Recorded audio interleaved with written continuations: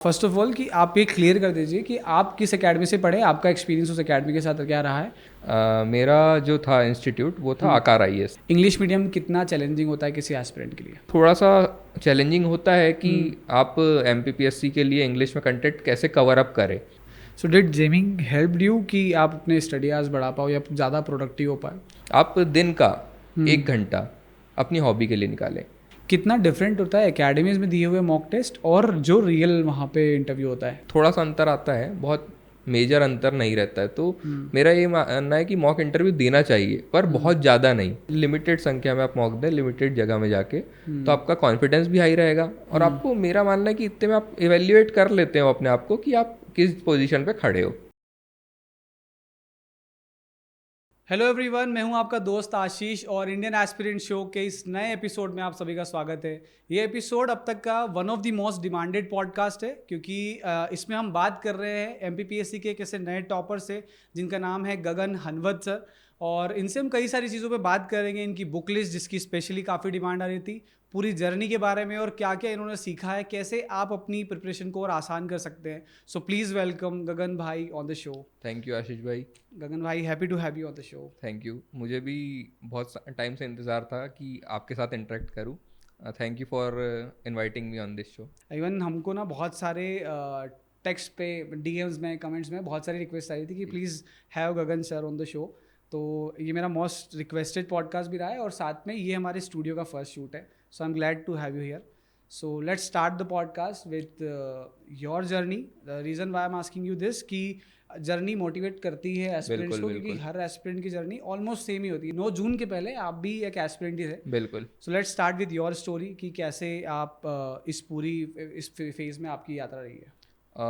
अगर मैं शुरुआत से बताना चाहूँ तो मेरा जो ये एम था, जो Okay. मुझे M P P S C जो मैंने चूज़ किया, हम्म। तो वो मेरा एम 10th के बाद मैंने प्रिपेयर किया था। Okay. पहले तो M U P S C का था टारगेट करने का, Okay. लेकिन उसके बाद वो एक अलग ही रास्ते में मुड़ गया। मैं इंदौर आया 12th के बाद। मैंने देखा कि यहाँ पे बच्चे M P P S C की तैयारी कर रहे हैं, यू पी एस सी के, और उतना रुझान नहीं था। राइट। तो मेरा यही टारगेट था कि मैं, और मेरा शुरू से एम रहा कि एमपी को मैं सर्व करूं। मेरी कर्म भूमि है, जन्मभूमि है। तो मेरा एक टारगेट था कि एमपी को सर्व करूं। और यूपीएससी में मैं अगर जाता तो मेरा कैडर, कुछ होता है कई बार कि कैडर आपको दूसरा स्टेट अलॉट हो जाए, राइट। तो इस कारण से मैंने एमपीपीएससी को चूज़ किया। ओके।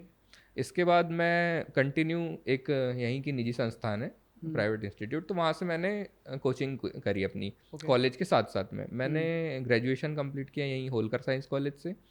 उसके बाद 2020 तक मैंने कंटिन्यू यहाँ पे स्टडी करी, लेकिन कुछ वजह से कोविड के कारण 2019 में 20 में कुछ स्थिति ऐसी बनी कि मैं घर चले गया, और तब से मैं सेल्फ स्टडी ही कर रहा था।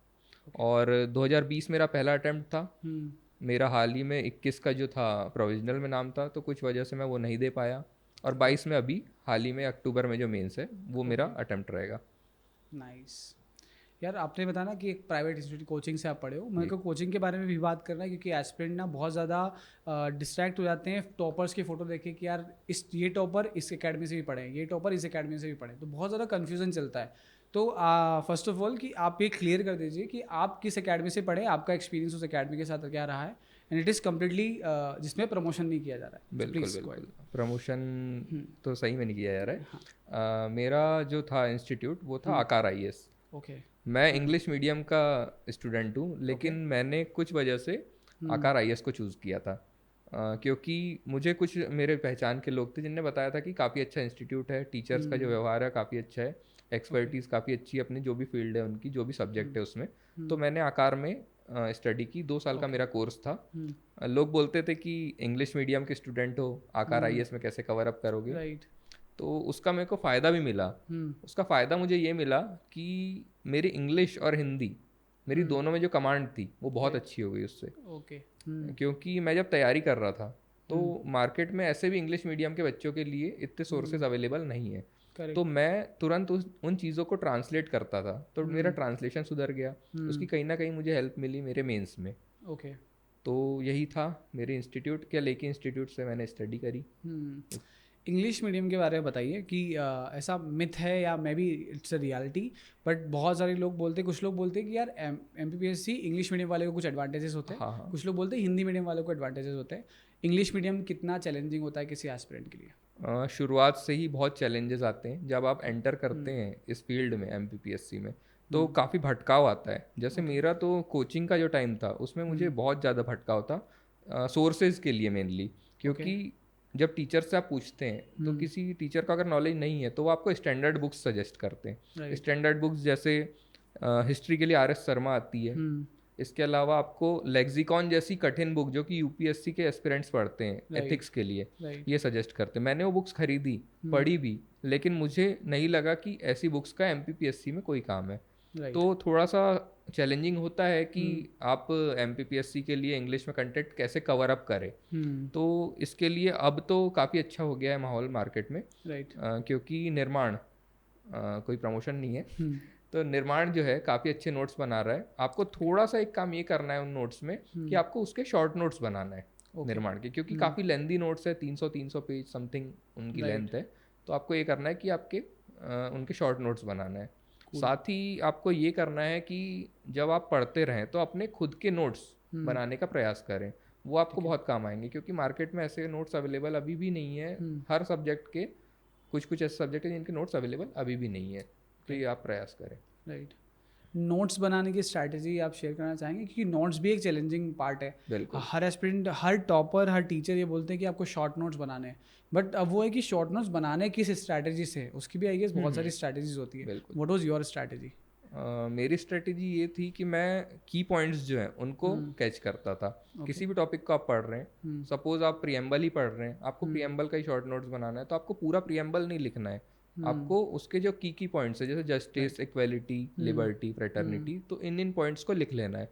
और आप जब उन चीज़ों को बार बार पढ़े हुए रहते हैं ना, तो आपको उनका जो अंदर का कंटेंट है ऑलरेडी याद हो गया रहता है। तो जब आप वो की पॉइंट को पकड़ लेते हैं तो आप अंदर के जो चीज़ें हैं वो ऑलरेडी अपने आप लिख लेते हैं। इसके अलावा एक तरीका और होता है शॉर्ट नोट्स बनाने का, वो थोड़ा सा मतलब मैं कहना चाहूँगा शॉर्ट नोट्स नहीं, वो लेंदी ही रहता है। तो वो भी आप ट्राई कर सकते हैं कि आप जो एक एक लाइन लिख लें।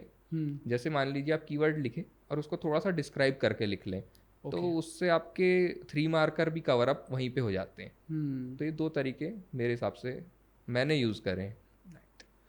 कुछ अपना पर्सनल लाइफ के बारे में बताओ कि यार आपकी अपब्रिंगिंग कैसे हुई, कैसे क्या क्या चीज़ें आपने देखी, क्या क्या चीज़ें आपने सीखी है वाइल यू ग्रोन अप? बिल्कुल, मैं शुरुआत से ही, अब अपने मुंह से अपनी बड़ाई तो नहीं करना चाहिए वैसे तो, बट शुरुआत से ही मतलब अच्छा स्टूडेंट रहा, एक सिंसियर स्टूडेंट रहा। फर्स्ट से लेकर 12th तक मैं कभी क्लास में सेकंड नहीं आया। 5th में मेरा नवोदय में सिलेक्शन हुआ था, नवोदय विद्यालय में। तो तब से ही कंपटीशन की और एक रुझान जो होता है वो तब से ही बन गया था। तो उस समय 3 दिन नवोदय में रहा, उसके बाद वापस आ गया कुछ रीज़न से। एक घर से अटैचमेंट जो होता है वो था मेरा, तो मैं वापस आ गया। फिर उसके बाद 10th में डिस्ट्रिक्ट टॉपर, मेरे 96% समथिंग थे 10th में। तो बालाघाट से मैं बिलोंग करता हूँ, तो वहीं का मैं टॉपर हूँ। 12th में भी काफ़ी अच्छे परसेंट बने, मैथ्स मेरा सब्जेक्ट है। इसके बाद मैं इंदौर आया, बीएससी किया होलकर साइंस कॉलेज से। हाँ, काफ़ी मस्त मौला टाइप का इंसान हूँ। आपको दूसरे एस्पिरेंट्स जो मिलेंगे उनकी सोशल लाइफ काफ़ी लिमिटेड रहती है। मेरी जो सोशल लाइफ है वो काफ़ी फैली हुई है। मेरे फ्रेंड्स भी जो हैं आपको नॉर्मल नहीं मिलेंगे। लोगों के जो फ्रेंड सर्कल रहता है, मैं ये नहीं कह रहा हूँ कि आप अपना फ्रेंड सर्कल बिगाड़ लीजिए, लेकिन लोगों का जो फ्रेंड सर्कल रहता है वो बहुत सिंसियर टाइप के बच्चे रहेंगे, बिल्कुल लिमिटेड रहेगा, 4-5 दोस्त रहते हैं। मेरा फ्रेंड सर्कल वैसा नहीं रहा। इस पॉडकास्ट के बाद ये मत करिए कि आप भी अपना फ्रेंड सर्कल तो ऐसा कर ले, सबका अपना अपना होता है एक। मेरे लिए वो जो फ्रेंड्स हैं मेरे को बूस्टअप करने का काम किया उनने हमेशा, उनने मेरे को डिमोटिवेट नहीं करे कभी। तो सोशल मीडिया में हमेशा से एक्टिव रहा। कभी ऐसा नहीं हुआ कि एग्ज़ाम टाइम आया सोशल मीडिया डीएक्टिवेट कर दिए, बंद करके पढ़ने बैठ गए, ऐसा नहीं किया मैंने। मैं हमेशा से एक्टिव रहा इन चीज़ों में। एक यूट्यूब चैनल बनाया था एक समय पे, क्योंकि फिटनेस फ्रीक हूँ थोड़ा, तो एक यूट्यूब चैनल बनाया था फिटनेस से रिलेटेड। कुछ कारणों से एग्ज़ाम के टाइम ऐसा कुछ प्रेशर क्रिएट हो जाता है, और ये फील्ड भी ऐसा है कि मैं तो बोलूँगा कि आप लोग कर रहे हैं, आप जानते हैं ये चीज़ को कि बहुत मेहनत है इस काम में। तो वो चैनल थोड़ा ऑफ करना पड़ा कुछ समय के लिए। कोशिश करूँगा कि आगे उसे स्टार्ट भी करूँ। इसके बाद जर्नी फिर ऐसी रही कि बस चलती रही मेहनत तो करे, पर सफलता जो है हमको थोड़ी जल्दी मिल गई। लोगों को अनेक प्रयासों के बाद सफलता मिलती है, मेरा पहले अटेम्प्ट में हो गया, वो भगवान का मैं शुक्रगुजार हूँ कि ऐसा हुआ। राइट। एक चीज़ ना, फिटनेस के बारे में थोड़ी बात करते हैं, as you belong to the बिल्कुल इंडस्ट्री। बिल्कुल ठीक है, फिटनेस ऐसा चीज़ है ना कि हर एस्पिरेंट, कुछ एस्पिरेंट्स को ट्राई करते हैं कि यार मेरे को जिम जाना है, जिम हिट करना है, बिल्कुल। पर वो मोटिवेशन रेगुलर नहीं रहता कि यार मेरे को रोज़ कर पाऊंगा, कंसिस्टेंट नहीं रहता बेसिकली। राइट। उसके बारे में कुछ बताइए कि किसी एस्पिरेंट के लिए जिम ज्वाइन करना क्यों इंपॉर्टेंट है, या स्पोर्ट्स में एक्टिव रहना क्यों इंपॉर्टेंट है? सबका एक हॉबी होती है कह सकते हैं, या एक इंटरेस्ट होता है, ओके। जिससे उसका जो माइंड है, माइंड का जो कंसंट्रेशन है वो बना रहता है, राइट। या उसका जो किसी चीज़ से लगाव है। जैसे पढ़ाई भी आप हम करते हैं, तो हमारा जो लगाव है पढ़ाई के प्रति वो तब बना रहता है जब हमारा मूड फ्रेश रहता है। राइट। किसी के लिए कुछ हॉबी रहेगी, किसी के लिए कुछ हॉबी रहेगी। मेरी जो है, मेरी हॉबी है जिमिंग। ओके। जिमिंग है, हॉबी भी है, लाइफ स्टाइल भी है, इंटरेस्ट है, सब कुछ है। कुछ लोगों को क्रिकेट खेलने से ऐसा होता है, राइट। ठीक है। कुछ लोग ऐसे रहते हैं कि आपका वॉलीबॉल खेलते हैं, कुछ बास्केटबॉल, कुछ योगा करते हैं स्पिरिचुअल, इन इस टाइप की चीज़ों के लिए। तो मेरा ये था कि जिमिंग के साथ तो आपको मेंटेन कैसे करना है, मेरा आप ये बताना चाह रहे हैं। तो सबके लिए यही है कि आप दिन का 1 घंटा अपनी हॉबी के लिए निकालें। कितना होता है 1 घंटा? मुश्किल से 5 से 6% आपके जो टोटल टाइम का है वो होता है 5%। तो इतना तो आप निकाल ही सकते हैं। आपका बहुत चीज़ें हैं, हम अपना टाइम वेस्ट कर देते हैं दिन में, हमें पता भी नहीं चलता है। राइट। तो हमें कोशिश करना है कि अपना जो टाइम है उसको अच्छी से यूटिलाइज करें, और जिस टाइम आप अपनी हॉबी को दे रहे हैं ना, उसको कम्प्लीटली उसी पे डेडिकेट करें। और जैसे ही आपका हॉबी का टाइम ख़त्म होता है, तो आपका जब आप पढ़ने बैठते हैं टेबल पे, तो आप उस हॉबी को भूल जाए उस टाइम। राइट। तो ये एक स्ट्रेटेजी है, तो इसको मैंने अपनाया, और मैं कंटिन्यू जितने सालों से पीएससी की तैयारी कर रहा हूँ, उतने ही सालों से मैं जिमिंग भी कर रहा हूँ। Okay. So did gymming help you कि आप अपने स्टडी आवर्स बढ़ा पाओ या ज़्यादा प्रोडक्टिव हो पाए? बिल्कुल, प्रोडक्टिविटी को बूम करता है, एक कहना चाहूँगा। मेरे लिए तो किया, क्योंकि मैंने उसको मैनेज करके चला। कई लोगों के साथ ये होता है कि हॉबी की तो क्रिएट कर लेते हैं, लेकिन वो उनको नेगेटिव इम्पैक्ट कर देती है। राइट। वो क्यों होता है? क्योंकि वो हॉबी में ही इन्वॉल्व हो जाते हैं टोटली। तो आपको हॉबी में इन्वॉल्व नहीं होना है अपनी, आपको अपना जो प्राइमरी फोकस है वो पढ़ाई ही रखना है। राइट। और जो हॉबी है उसको सेकेंडरी आपका जो एम है वो रहेगा। तो एक चीज़ है कि मेरा ये था कि मैं जब जिम करता था ना, तो मेरे से उसी दिन पढ़ाई हो पाती थी। अच्छा। और संडे के दिन जैसे जिम ऑफ रहते हैं नॉर्मली, तो उस दिन मेरे से पढ़ाई नहीं हो पाती थी। ओके। तो प्रोडक्टिविटी बढ़ाया। Nice. Let's talk about your book list, क्योंकि बुक लिस्ट के लिए ना बहुत सारे कमेंट्स हैं कि यार हमको बुक लिस्ट चाहिए कि टॉपर्स किस, या जो सिलेक्टेड जितने भी लोग सिलेक्ट हुए हैं, सिलेक्टेड एस्पिरेंट्स का, वो लोग किस बुक लिस्ट को, किस स्ट्रैटेजी को फॉलो करते थे। Let's start with your book list कि आपने कैसे प्रिपेयर किया है। इसको हम 3 भागों में बांट देते हैं। ओके। 3 नहीं, 2 ही भागों में बांटें तो ज़्यादा अच्छा है, प्रीलिम्स और मेंस। ओके। क्योंकि इंटरव्यू तो एक अलग ही सेक्शन हो गया, उसके बारे में बाद में बात करें। हम्म। तो प्रीलिम्स के लिए बुक लिस्ट यूनिट वाइज बनाए। पहला यूनिट जो है आपकी एमपी की है, मध्य प्रदेश का इतिहास। राइट। तो मैं दोनों के हिसाब से बता देता हूँ, English medium plus Hindi medium, क्योंकि मैंने पर्सनली हिंदी में भी काफ़ी चीज़ें पढ़ी है। हाँ। और मैं चाहूँगा कि इंग्लिश मीडियम का बच्चा हिंदी भी पढ़े, क्योंकि मध्य प्रदेश खुद ही एक हिंदी भाषी राज्य है। आप हिंदी को स्किप नहीं कर सकते। हिंदी हमारी मातृभाषा है मध्य प्रदेश में, तो आपको जब आप फील्ड में जाएंगे, काम करेंगे, आपको हिंदी में ही करना है। राइट। तो पहला सब्जेक्ट है एमपी, यूनिट 1 प्रीलिम्स।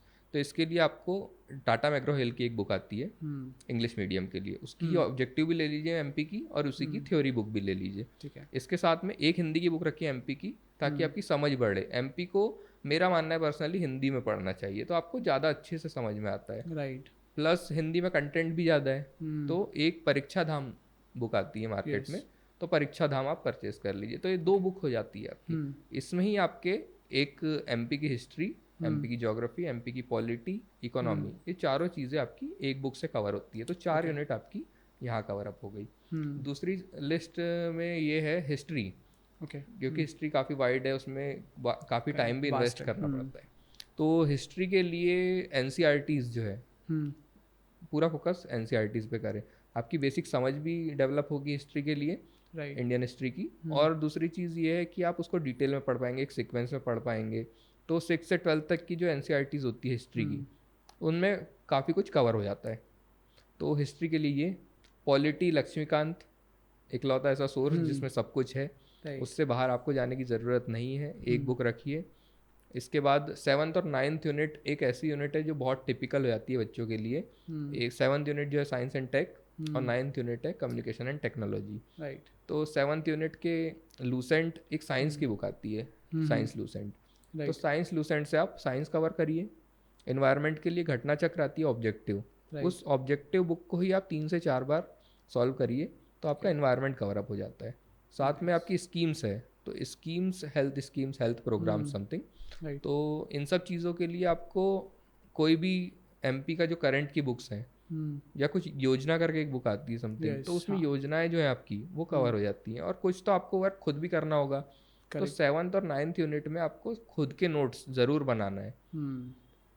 और इसके अलावा 9th यूनिट जो है उसको आप कंप्यूटर जो है, मैंने कंप्यूटर हिंदी से ही पढ़ा, क्योंकि ना इंग्लिश मीडियम में एक प्रॉब्लम ये आती है कि आपको कंटेंट तो मिल जाता है पर ना थोड़ा लिमिटेड रहता है। राइट। जैसे कंप्यूटर में पढ़ता था science Lucent, sorry computer Lucent से। तो कंप्यूटर लूसेंट बहुत पतली सी बुक है, उसमें इतना ज़्यादा कुछ दिया नहीं है। तो मैंने परीक्षा मंथन जो बुक आती है कंप्यूटर की, हालांकि वो हिंदी में है लेकिन कीवर्ड्स जो है उसमें वो इंग्लिश में दिए हुए रहते हैं। तो आप परीक्षा मंथन पढ़े, और अभी भी क्वेश्चंस काफ़ी रिपीट हुए हैं। यूनिट 8 करंट अफेयर्स, तो करंट अफेयर्स के लिए ये है कि अगर आपके पास टाइम है काफ़ी तो आप न्यूज़पेपर हर दिन रीड करिए, मंथली मैगजीन लीजिए, प्रतियोगिता दर्पण हो गई, इसके अलावा कोई भी दृष्टि की कोई करंट अफेयर्स की बुक ले सकते हैं। और जब एग्ज़ाम टाइम आए आपका तो आप एग्ज़ाम टाइम पे एग्ज़ाम पीडिया आती है और तथ्यवान एमपी करंट के लिए, राइट। ये 2 बुक सफिशिएंट है। और स्पीडी, तो ये बुक तो आपको पढ़ना ही है 8th यूनिट के लिए। प्लस लास्ट यूनिट बचती है प्रीलिम्स की 10th यूनिट, जिसके लिए आपको कोई भी महावीर पुणेकर या किसी भी कोचिंग के नोट्स हैं तो आप उनको प्रेफर कर लीजिए। तो ये कंप्लीट है स्ट्रेटजी प्रीलिम्स के लिए। Let's jump into mains. Mains के लिए वही है कि मेंस के लिए तो बहुत दिक्कत है, इंग्लिश मीडियम को तो बहुत ही ज़्यादा दिक्कत है। ओके। अगर काफ़ी टाइम है आपके पास तो आप खुद के नोट्स बनाने का प्रयास करिए छोटी यूनिट्स के लिए। ओके।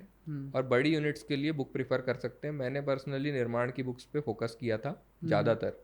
हिस्ट्री वही सेम एनसीईआरटी। ओके। रियासतों के लिए निर्माण IAS। ज्योग्राफी जो था मैं आकार से पढ़ा था, तो मैंने आकार में पढ़ते ही टाइम अपने नोट्स बनाए थे, प्रिपेयर किए थे, सेल्फ नोट्स है। हाँ। तो इंडियन ज्योग्राफी जो था वो मैंने खुद के नोट्स थे, प्लस हाँ एक बुक मैं बताना भूल गया था प्रीलिम्स के लिए भी और मेंस के लिए भी, महेश कुमार वर्णवाल। तो वर्णवाल के बिना ज्योग्राफी अधूरी है। करेक्ट। तो महेश कुमार वर्णवाल ज़रूर पढ़ें। फिजिकल, वर्ल्ड और आपकी इंडियन ज्योग्राफी, ये तीनों आपकी उसमें कवर अप हो जाती है, प्लस आपके सेल्फ नोट्स। और 4th और 5th unit water management and disaster management, और साथ में GPS GIS। तो कोशिश करिए कि खुद के नोट्स हों या निर्माण के नोट्स 4th और 5th के कंबाइन आते हैं, तो वो आप इंग्लिश मीडियम का ही मेन फोकस है तो वही परचेज करिए। और GPS GIS वाली जो 5th यूनिट है उसके नोट्स तो खुद ही बना लीजिए, क्योंकि क्या मतलब छोटा सा टॉपिक है, 30 मार्क्स आपके, जब आप 30 पेज के खुद के नोट्स बना के प्रिपेयर कर सकते हैं तो क्यों उसके लिए 100 से 200 पेज पढ़ना। फिर पेपर 2 पॉलिटी के लिए वही लक्ष्मीकांत।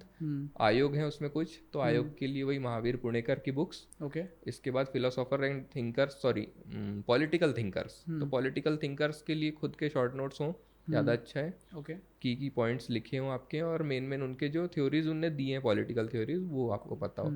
इसके अलावा पबेड ऐसा बहुत वाइड है उसका सिलेबस, तो उसके लिए तो आपको कोई ना कोई नोट्स परचेज करना ही होगा।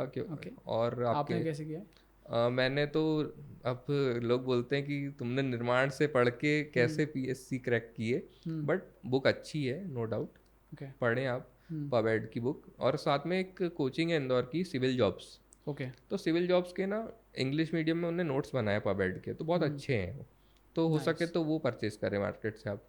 राइट। अब बात आती है इकोनॉमी की। इकोनॉमी के लिए मार्केट में सही बोलूँ तो कोई बुक नहीं है MPPSC के हिसाब से। तो इकोनॉमी के लिए निर्माण के नोट्स तो हैं, लेकिन मैं वो नहीं बोलूँगा। आप ये करिए, इकोनॉमी की जो फर्स्ट यूनिट है इंडियन इकोनॉमी, उसके खुद के नोट्स पूरे प्रिपेयर करें। ओके। टाइम है तो, और नहीं है तो फिर तो ऑप्शन कोई है ही नहीं बुक के। खुद के नोट्स प्रिपेयर करना है एज एन हिंदी मीडियम से इंग्लिश मीडियम में कन्वर्ट करके करना है, राइट? ऐसा बोल रहे हो? दोनों चीज़ें पॉसिबल है, हिंदी मीडियम से इंग्लिश मीडियम, या तो फिर आप क्या करिए कि आप पर्टिकुलर टॉपिक आप इंटरनेट गूगल में सर्च करिए और उसके नोट्स बनाने का प्रयास करिए। क्या होता है, जब हम नोट्स प्रिपेयर करते हैं ना तो उससे हमें वो चीज़ें याद होते आती है, और जब Correct. खुद के नोट्स पढ़ते हैं तो रिवाइज करने में भी आसानी आती है। करेक्ट। इसके बाद बात आती है एमपी की ज्योग्राफी, तो वही कोई भी एमपी की बुक से कवर अप हो जाती है, और खुद राइट। थोड़ा थोड़ा खुद के नोट्स भी। साथ में एचआरडी, सोशियोलॉजी और हेल्थ सेक्टर जो एक फिफ्थ यूनिट है सेकंड पेपर के पार्ट बी की, तो वो सब आप निर्माण को प्रेफर करें। ओके। अब आती है बहुत बड़ा एक पेपर है जिसके बारे में मार्केट में बहुत हवा है कि बहुत टफ है। 2020 में भी उसका पेपर काफ़ी टफ आया था, बच्चे बाहर हो गए उस पेपर की वजह से, पेपर 3। और इस बार भी पेपर बहुत इजी नहीं आया पेपर 3 का। राइट। तो मेरा तो पर्सनल था कि मेरे को तो ऐसा बहुत कठिन नहीं लगा। और अगर आपको लगता है कि आपका एक क्वेश्चन छूटने से आपका पेपर ख़राब हो रहा है तो आप ये मत सोचिए, क्योंकि वो एक क्वेश्चन सबका गलत हुआ है। राइट। तो पेपर 3 में first second third physics chemistry biology science Lucent से कवर अप करिए, कुछ एनसीईआरटीज़ पढ़ लीजिए साथ में, जो जो टॉपिक हैं उनको आप एनसीईआरटी से नोट डाउन कर लें, उससे ही पढ़ें। ओके। फोर्थ यूनिट कंप्यूटर, वही परीक्षा मंथन प्लस लूसेंट, और कुछ सोशल नेटवर्किंग, ऐसे ऐसे टॉपिक्स हैं, तो वो खुद के नोट्स छोटे छोटे बना लीजिए आप। जैसे यूट्यूब की स्थापना कब हुई, ये सब चीज़ें नहीं लिखी रहती नॉर्मली बुक्स में। यूट्यूब की स्थापना, गूगल की स्थापना, ट्विटर की स्थापना, ट्विटर को हाल ही में किसने ऑन किया, ये सब चीज़ें, तो आप ये सब कर लीजिए। और इसके बाद आता है फिफ्थ यूनिट मैथ्स की, तो मैंने मैथ्स के लिए कौटिल्य एकेडमी के नोट्स थे, ओके। तो मैंने वो प्रेफर किया था। उनने काफ़ी क्रिस्प फॉर्म में उसको एकदम कंसाइज फॉर्म में बनाया था, तो लगभग 100 पेज के नोट्स में उनने पूरी मैथ्स कवर कर दिए थे। और वो मैथ्स ऐसे पढ़ाए हैं उनने उस बुक में, मतलब समझाए हैं कि अगर कोई आर्ट्स बैकग्राउंड का भी है तो वो भी कवर अप कर लेगा उस चीज़ को। Plus 7th 8th 9th 10th इसके लिए वही फिर से रिपीट निर्माण आई से मैंने पढ़ा था। इट्स वंडरफुल कि आपने अपनी बुक लिस्ट शेयर किया। आई थिंक कि कई सारे एस्पिरेंट इस उम्मीद में थे कि अब हमको बुक लिस्ट मिले। बिल्कुल। Let's talk about your interview. जैसा अभी हम लोग ऑफ द कैमरा डिस्कस कर रहे थे, you got 158 numbers in the interview. बिल्कुल बिल्कुल। 158 ये एक अच्छा, बहुत अच्छा नंबर है, ठीक है। कैसे इतना बड़ा नंबर अचीव किया जाता है, इसके बारे में थोड़ी सी बात करते हैं। 158 की उम्मीद, मैंने 150 प्लस की उम्मीद की थी। ओके। 158 मुझे मिले तो कुछ ना कुछ बहुत चीज़ें मायने रखती है। फर्स्ट थिंग मेरे को लगता है आपका कॉन्फिडेंस। राइट। जब आप वहाँ एंटर करते हैं तो आपका कॉन्फिडेंस लेवल जो है बहुत हाई होना चाहिए। करेक्ट। कि आप कुछ भी बातें उनके सामने बोले तो आपकी जबान ना लड़खड़ाए, आप बहुत अच्छे से उनके सामने जवाब दे पाए। दूसरी चीज़, आपका आई कांटेक्ट वहाँ पे अच्छा होना चाहिए। आप बोले वहाँ पे इस तरीके से, सदे तरीके से, कि आगे वाले को ये लगे कि हाँ कि लड़के में दम है। राइट। वो आपके, जब आप पहुँचते हैं इंटरव्यू रूम में तो आपकी चाल से समझ जाते हैं कि आप किस तरीके से जवाब देंगे, आपके फेशियल एक्सप्रेशन से वो समझ जाते हैं। राइट। दूसरी चीज़, एक पर्सनालिटी भी होती है इंसान की, वो जज कर लेते हैं कि इस इंसान को इस विभाग में अगर काम करेगा तो क्या सच में वो उस विभाग में काम कर पाएगा भी कि नहीं, क्या सुटेबल है भी कि नहीं। राइट। तो आपका ज्ञान तो एक तरफ होता है, आपकी पर्सनालिटी भी काम आती है आपके। करेक्ट। दूसरी चीज़, मेरे 158 मार्क्स कैसे आए, तो मैंने ना अपनी स्ट्रेटजी जो थी बहुत अच्छे से काम किया था मैंने। अपने 3 पार्ट में मैंने इंटरव्यू को डिवाइड कर दिया था। एक चीज़ तो खुद पे काम किया, पर्सनालिटी पे, कि मुझे अच्छे से बोलना है, तो उसके लिए मॉक इंटरव्यूज़ दिए मैंने 4 से 5 जगह, बहुत ज़्यादा भी नहीं दिया क्योंकि कई बार मोरल डाउन हो जाता है आपका। करेक्ट। कुछ कोचिंग्स ऐसी रहती हैं जहाँ पे थोड़ा सा आप पे प्रेशर क्रिएट हो जाता है, उसके बाद आप सोचते हैं यार अब मेरा वहाँ क्या होगा, तो बच्चों की आना जाके हालत ख़राब हो जाती है। करेक्ट। पसीना पसीना हो जाएगा वो बच्चा, बोलेगा, तो वो जब बाहर वैसा हालत है तो अंदर जाके क्या होगा उसका। तो ये हो जाता है। फिर उसके बाद एक स्ट्रेटजी ये थी कि मैंने अपने होम डिस्ट्रिक्ट को, और प्लस मैं जब अधिकारी बन जाऊंगा तो उसके बाद का सिनेरियो क्या होगा मैंने सोच के रखा है। ओके। कि मुझे क्या करना है, क्योंकि आपको बनना तो आखिरकार क्या है, अधिकारी। तो आपको जब पता ही नहीं होगा कि आपको करना क्या है, उसके बाद चीज़ें आपको क्या बदलाव लाना है समाज में, तो आप वहाँ पे जवाब भी नहीं दे पाएंगे। तो मैंने उन चीज़ों को काफ़ी प्रिपेयर करके रखा है। आज भी मतलब फ्यूचर के लिए मैं रेडी हूँ कि मुझे क्या बदलाव लाना है, और मैं अपना पूरा 100% दूंगा। तो मुझसे क्वेश्चन भी पूछा गया था एक, कि आप आएंगे विभाग में तो आप ऐसा क्या करेंगे। तो वो मेरे क्वेश्चन बहुत अच्छे तैयार थे, और भगवान की दया से वहाँ पे भी वही क्वेश्चन पूछ लिया गया। ओके। और इसके बाद में ये हुआ एक चीज़ कि ये हो गया। इसके बाद करंट अफेयर्स, आपके करंट अफेयर्स जो है ना वो बहुत अच्छे से तैयार होना। जैसे वर्ल्ड में कोई भी सिनारियो चल रहा है, मान लीजिए सपोज, जैसे हाल एक समय था, वेनेजुएला नामक एक कंट्री है, वहाँ पे तेल उनने जो करेंसी है उसका डिमोनेटाइजेशन किए थे, समथिंग ऐसा कोई था, डिवैल्यूएशन। तो उनकी वहाँ महंगाई दर बहुत बढ़ गई थी। तो अगर आप वहाँ के राष्ट्रपति रहते तो आप उस सिचुएशन को कैसे हैंडल करते? राइट। या रूस यूक्रेन वॉर है, आप पुतिन है मान लीजिए, या आप जेलेंस्की है, तो आप सिचुएशन को कैसे हैंडल करेंगे? तो ये सब चीज़ें भी आपको अच्छे से तैयार करना है, राइट। करंट बेस्ड जो आपकी सिचुएशन है उनको। तो ये मेरी एक पर्टिकुलर स्ट्रेटजी थी उस टाइम पे। राइट। एक जो आपने बताया ना कि आपने बहुत सारे मॉक नहीं दिए क्योंकि कई बार आप डिमोरलाइज हो जाते हो, राइट? कितना डिफरेंट होता है एकेडमीज में दिए हुए मॉक टेस्ट और जो रियल वहाँ पे इंटरव्यू होता है, इन दोनों में क्या डिफरेंस आपको लगा है? एक डिफरेंस तो ये देखने मिला कि जब आप इंटरव्यू किसी कोचिंग में देते हैं, तो मैं सब कोचिंग का तो नहीं कहूँगा, कुछ कोचिंग के ऐसे रहते हैं जो सेम टू सेम आपके वहाँ पे रिपीट हो जाएगा, हो सकता है। ये भी होता है।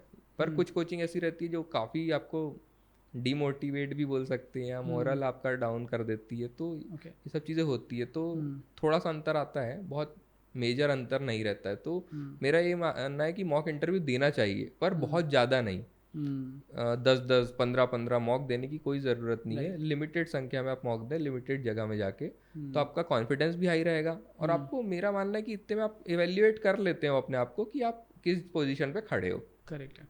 Would you like to share any name of the academy कि यार यहाँ से मैंने किया और ये अच्छी है? Would you like to suggest? मैंने 3-4 अकेडमी में किया था। आकार IAS में एक जगह मैंने इंटरव्यू दिया, जहाँ काफ़ी अच्छा एक्सपीरियंस रहा मेरा। दूसरा वेदांत अकेडमी में मैंने इंटरव्यू दिया। और इसके अलावा जीनियस इंस्टीट्यूट जो है, तो यहाँ पे मैंने मॉक दिया था। और एक लास्ट इंस्टीट्यूट जो बहुत छोटी सी है, विन-IAS, लेकिन वहाँ पे मुझे सीखने बहुत कुछ मिला। तो ये 4 इंस्टीट्यूट थी जहाँ पे मैंने मॉक दिया। तो आप भी जा सकते हैं, दे सकते हैं, बिल्कुल।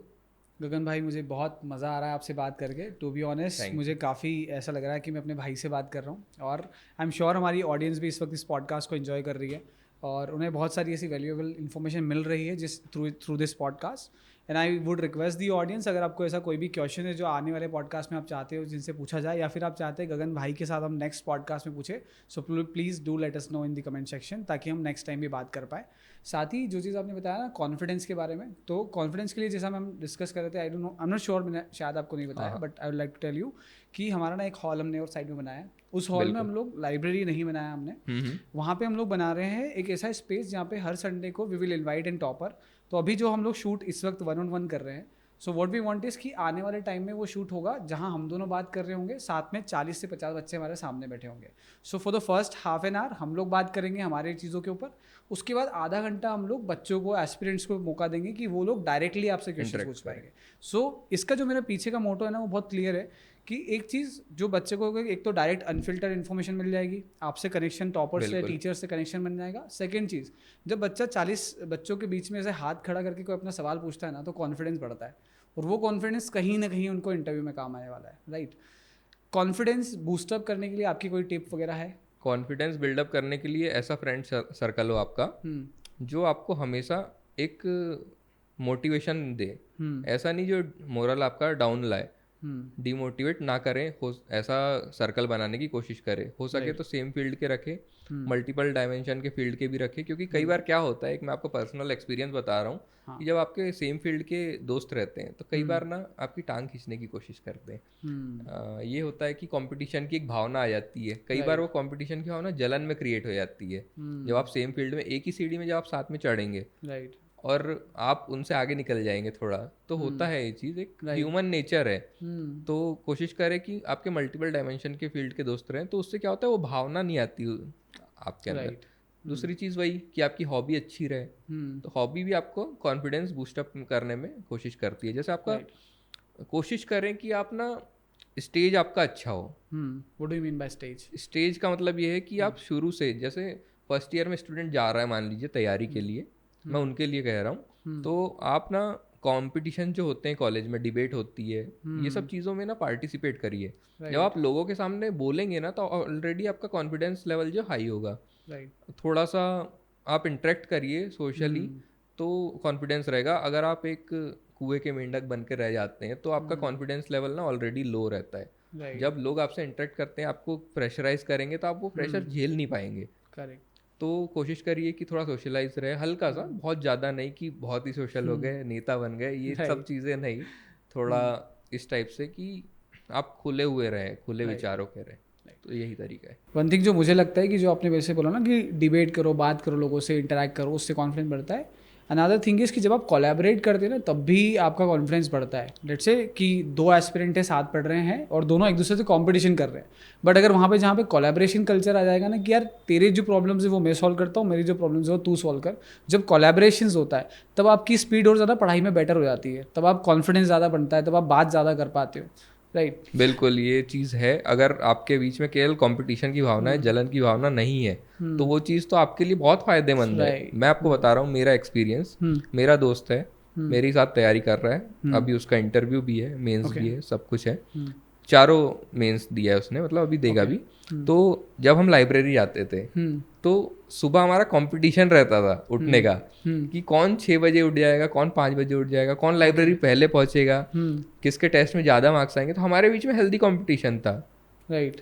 हमारे बीच में ये नहीं था कि जलन की भावना है, नहीं मैं इसको नोट्स नहीं दूंगा। हम लोग कॉमन शाम को 6 बजते थे जब हम लाइब्रेरी से बाहर निकलते थे, तो हम डिस्कस करते थे अपनी प्रॉब्लम्स। वो मुझे कुछ बताता था, जैसे मुझे कुछ फॉर्मेट नहीं बन रहा है लेटर का, वो मुझे बताएगा। वो कुछ करंट अफेयर्स की घटनाएं मुझसे पूछेगा, क्योंकि मेरा करंट काफ़ी अच्छा रहता था, तो वो करंट से रिलेटेड कोई इशू तुमको पता हो तो बताओ मुझे। तो ये सब चीज़ें काम आती है। राइट।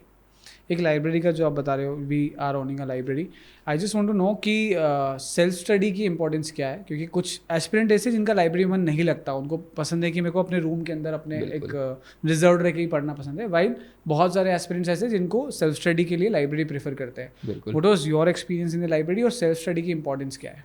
मेरा दोनों का मिला जुला एक्सपीरियंस रहा है। Okay. लाइब्रेरी में भी मैंने आधा समय अपना स्टडी का दिया है और आधा समय मैंने अपने रूम पे भी दिया है, तो मुझे तो दोनों चीज़ों के बारे में मालूम है, दोनों के प्रोज एंड कॉन्स पता है। लाइब्रेरी का ये रहता है आपको फ़ायदा कि आपको एक ग्रुप मिल जाता है जो सेम फील्ड की आपकी तैयारी कर रहे हैं, वो आपको काफ़ी हेल्प करते हैं। कभी आपको कुछ चीज़ें नहीं बन रही, आप जाके उनसे बाहर लाइब्रेरी के बाहर पूछ सकते हैं, तो आपका तुरंत डाउट सॉल्व हो जाता है। अगर जब आप सेल्फ स्टडी करते हैं ना, आपको एक ट्यूटर की ज़रूरत होती है, तो वो थोड़ा सा मुश्किल जाता है सेल्फ स्टडी के टाइम पे। मुश्किल ये होता है कि जैसे मान लीजिए मैं अपने रूम में पढ़ रहा हूँ, अब मुझे कोई डाउट है, जैसे मैंने तो बालाघाट में रह के प्रिपरेशन किया, मुझे जैसे कोई डाउट होता था तो मेरे पास तो ऐसे लोग हैं जिनसे मैं पूछ सकता हूँ, पर कई लोग ऐसे हैं जो बिल्कुल इंडिपेंडेंट खुद का पढ़ रहे हैं, ना उनके दोस्त है ना कुछ है, उस फील्ड से रिलेटेड किसी से कांटेक्ट नहीं है, तो उनके लिए बहुत समस्या होती है। कई बार वो गलत चीज़ें पढ़ते रहते हैं, उनको पता भी नहीं होता कि वो गलत चीज़ें पढ़ रहे हैं। Correct. तो एक प्रॉपर मेंटर की ज़रूरत बहुत ज़रूरी है आपके लाइफ में। आपका मार्गदर्शक कोई भी हो सकता है, आपका फ्रेंड हो सकता है, आपके टीचर हो सकते हैं इंस्टीट्यूट के, कोई आपके माता पिता हो सकते हैं, कोई भी। एक चीज़ जो आप बालाघाट से आपने बताया कि यू आर फ्रॉम बालाघाट, और ये मैं पूछने वाला भी था बीच में लेकिन स्किप हो गया। कल ही मैं बात कर रहा था आशुतोष भाई से, आशुतोष रामटेके, तो उन वो भी ही इज फ्रॉम बालाघाट। तो कल डिस्कशन करते हुए पता लगा कि ही सेड कि यार बालाघाट से इस बार शायद 12 सिलेक्शंस हुए हैं, राइट? हाँ 10+। हाँ 10+ सिलेक्शंस है। बालाघाट के इतने ज़्यादा सिलेक्शंस क्यों हुए हैं?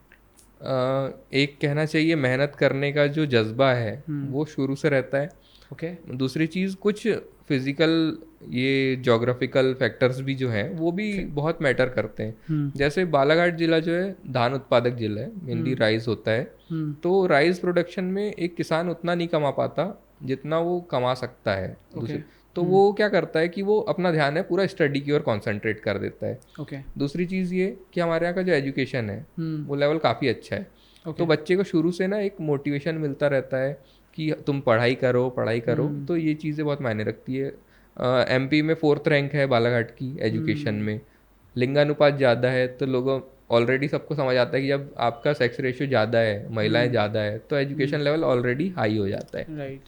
तो यही रीज़न है कि इतने ज़्यादा सिलेक्शन हर साल होते रहते हैं बालाघाट से। राइट। बालाघाट में आई थिंक कि एक प्रॉब्लम भी है जियोग्राफी की वजह से, वहाँ पे नक्सलाइट एरिया माना जाता है। आपने कुछ ऐसे किस्से सुने? Would you like to share anything, any incident? Naxal, मैं जिस क्षेत्र में आता हूँ 2 पार्ट में डिवाइडेड है बालाघाट। एक जो रीज़न है वो नक्सल प्रभावित है और एक रीज़न नक्सल प्रभावित नहीं है, आधा आधा। तो जो नक्सल प्रभावित एरिया, वहाँ में मैंने एक खबर अपना सुना था, आज से बहुत साल पहले की बात है, 1991 या 1990 की बात है। एक मंत्री थे मध्य प्रदेश सरकार में, स्वर्गीय लिखीराम कावरे, तो वो राज्य मंत्री थे मध्य प्रदेश सरकार में। तो उनके बंगले में जब वो थे तो कुछ रीजंस थे, वो काफ़ी इंटरफियर करते थे जंगल से रिलेटेड जो इश्यूज रहते थे उनमें, वो चाहते थे हालांकि कि वो मेन स्ट्रीम में आए, पर होता क्या है कि जो नक्सली रहते हैं ना, वो एक अलग ही आइडियोलॉजी में चलते हैं। ओके। तो उनने क्या किए कि वो उनके बंगले में घुसे और उनका सिर जो है वो काट दिया उनने। तो वो एक बहुत बड़ी घटना थी। मतलब उसके बाद ये मान लीजिए आप, बालाघाट में एक मातम सा छा गया था और उसके बाद लोग सहम गए थे। लेकिन उसके बाद से 2000 के बाद से नक्सल मूवमेंट लगभग एंड हो चुका है। उसके बाद एक ही हाल ही में घटना हुई थी जिसमें 2 पुलिस वाले लैंड माइन्स से उड़ा दिए गए थे। आई थिंक कि ऐसा जब अगर इस टाइप की सिचुएशन में आप रहो तो बहुत रिस्की लगता है, थोड़ा डर हो जाता है, right. Let's move forward to our signature questions की वैसे सिग्नेचर क्वेश्चंस के बाद में पॉडकास्ट एंडिंग की तरफ जा चुका होता है, but I would love to have more podcast with you, क्योंकि मुझे आपसे बहुत सारी चीज़ों पर बातें करना है जो इस एपिसोड में कवर अप नहीं हो पाई है ना। सो let's start our signature question. First question जो आपसे इंटरव्यू में भी पूछा गया है वही हमारा सिग्नेचर क्वेश्चन है। इस पॉडकास्ट पे जितने भी टॉपर्स आते हैं हम लोग उनसे पूछते हैं कि आस्क द क्वेश्चन कि जब डे 1 पे आपका पहला दिन जब ट्रेनिंग का होगा, ट्रेनिंग खत्म करने के बाद जब आप पहले दिन अपने ऑफिस के लिए जाएंगे, अपनी उस गाड़ी में बैठकर जो आपको मिलेगी गवर्नमेंट के थ्रू, आप अपने ऑफिस का पहले दिन जब गेट ओपन करेंगे, उस चेयर पे बैठ के व्हाट आर द डिसीजंस जो आप लेना चाहते हैं अपनी सोसाइटी के लिए? 3 डिसीजन जो है और मैं करूँगा वो अप्लाई जैसे ही मैं ऑफिस में जाऊँगा, जिस भी विभाग में जाऊँ। अभी तो हालांकि मेरा डीएसपी में चयन हुआ है, तो मैं पुलिस विभाग को ही सुधारने का प्रयास करूंगा।